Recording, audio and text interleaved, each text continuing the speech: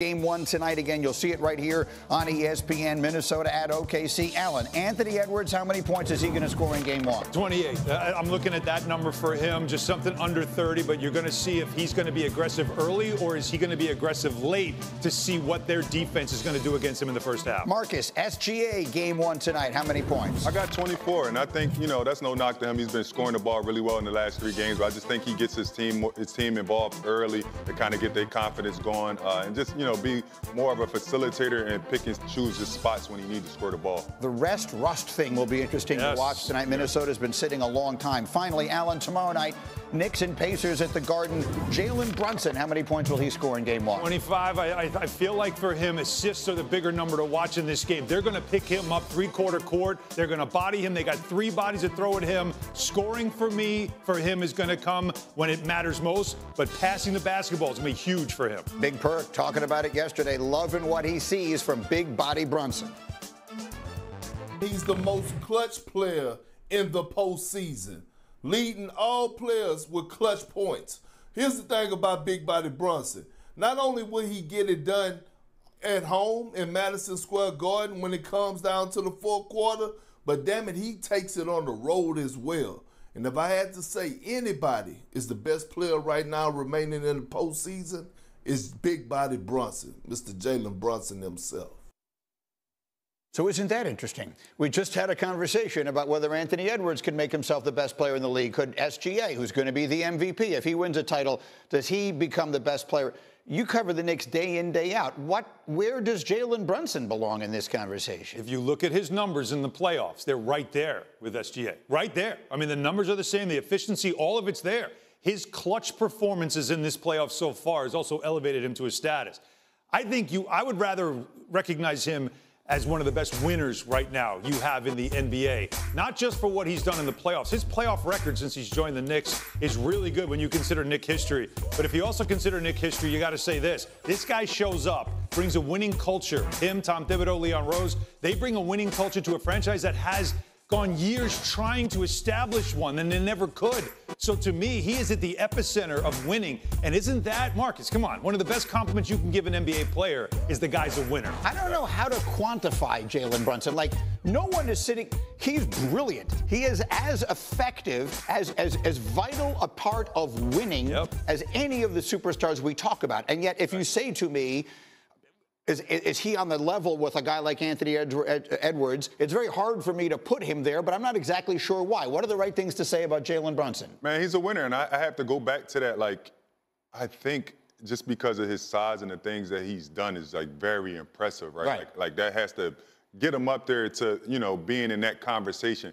But, like, when you say best player, it has to be factored around the team, right? Like, he has the guys he played with in college. He has Cat, like, it's kind of like molded around him, right? Then you talk about a guy like SGA that went to Oklahoma. He basically helped build that team, right? At 26 years old, he's in the conference finals. Then you talk about Ant-Man, 23, and getting the guys around him to play at that level. I feel like that kind of, for me, makes the best player, not just scoring. And what Halliburton's done, and what he is as well, the head of the snake for that offense and the way that Pacer team just goes.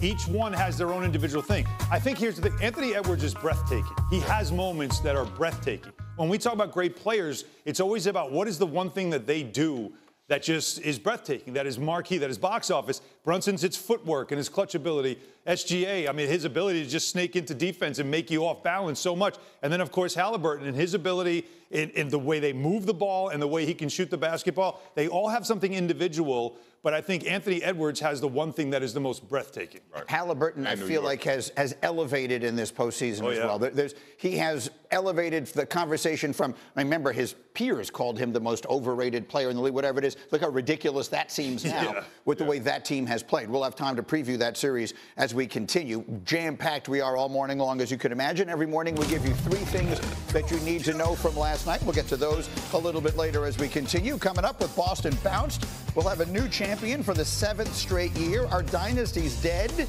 Is that the best thing we could possibly say? Spoiler alert, the answers are yes. Plus, the D in Big D stands for drama. Did you hear what C.D. Lamb had to say about his new teammate George Pitt making quick work of the Lakers and Warriors behind the 23-year-old superstar? So SGA and Ant were the top 2 scorers in the NBA in the regular season.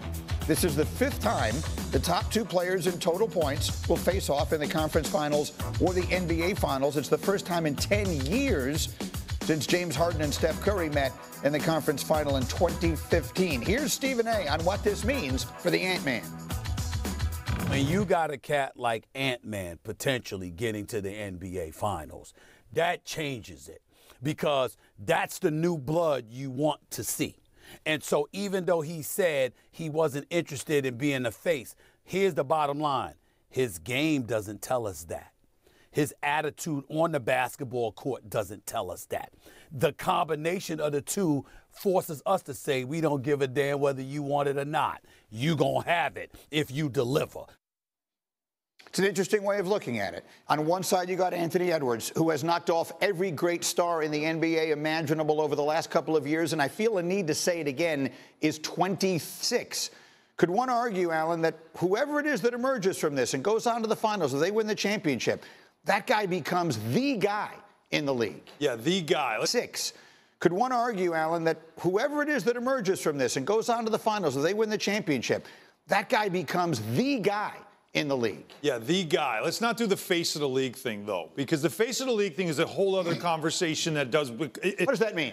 Face of the league is like LeBron James. It's the brand. It's everybody in the country, even people who don't follow basketball, knows who this guy is and wants to know more about him. You don't think Ant-Man could be that if he wins a championship? He doesn't want that, and if he doesn't want that, he's not going to be the guy that wants to be the brand. So you leave him alone. Now, does it mean, though, that he becomes the next one when it comes to stars in this league? I think it does. I think for him and what he's done at such a young age and in the compelling way he does it, I think that's the thing that really starts to elevate him into the status of the elite players in the league. And by the way, him doing it while also really reminding us physically of Michael Jordan, there is something special to that, Marcus. So I do think this is a huge series for him when it comes to that. Look, you guys know. The players in the league know who the guy is, right? If Anthony, let's use him to start. We'll get to SGA, but let's use him to start. And it says they're win West. I think I would take it a step farther. They've got to win the title.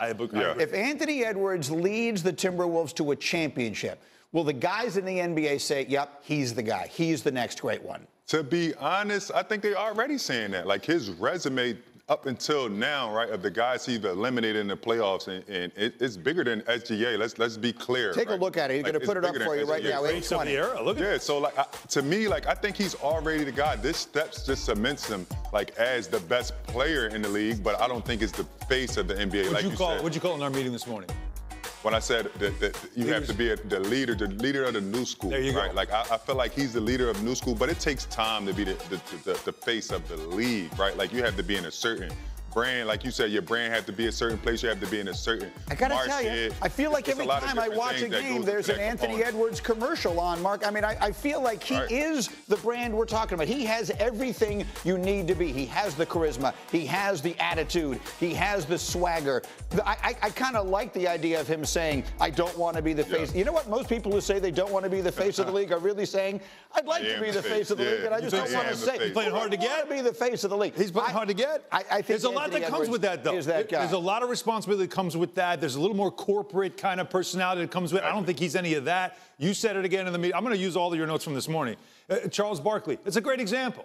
I am not a role model. Don't make me have to live a certain way just because you're holding me up to a standard I don't feel like living up to. I think Edwards is more like that than anything else. But here's the difference.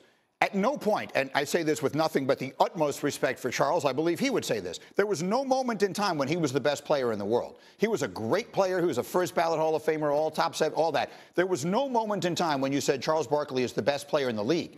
We might say that about Anthony Edwards real soon. I mean, I think it might be a reasonable thing to say right now. That's a big difference. It's definitely reasonable, right? But now you have the social media aspect, right, where the players can actually go out and say, listen, this is not my role. I'm 23. I'm going to be a young kid. I'm going to compete, and I'm going to live my life how I want to. I don't care about the glitz and the glam of the NBA saying, look, you are the face of the league. No, I'm not. At least not right now. Right, I think he will eventually grow into it and settle into being like, okay, I'm more mature. I want to be the face of the NBA. But as we speak right now, he's not the face of the NBA because you still have LeBron and Steph Curry. Yeah, look, and that's the most important part. Is those guys are still. And when Michael Jordan was coming up, there was still Bird and Magic and those guys still in the league, so it wasn't yet his turn. Exactly. But once it became his turn, once he matured into it, then it became more natural. By the way, he also has to get through the car wash that is the defense of the Thunder. For sure. They've got a bunch of guys to throw at him, and there's going to be brushes and all kinds of soap being thrown at him. Wherever he goes on the floor,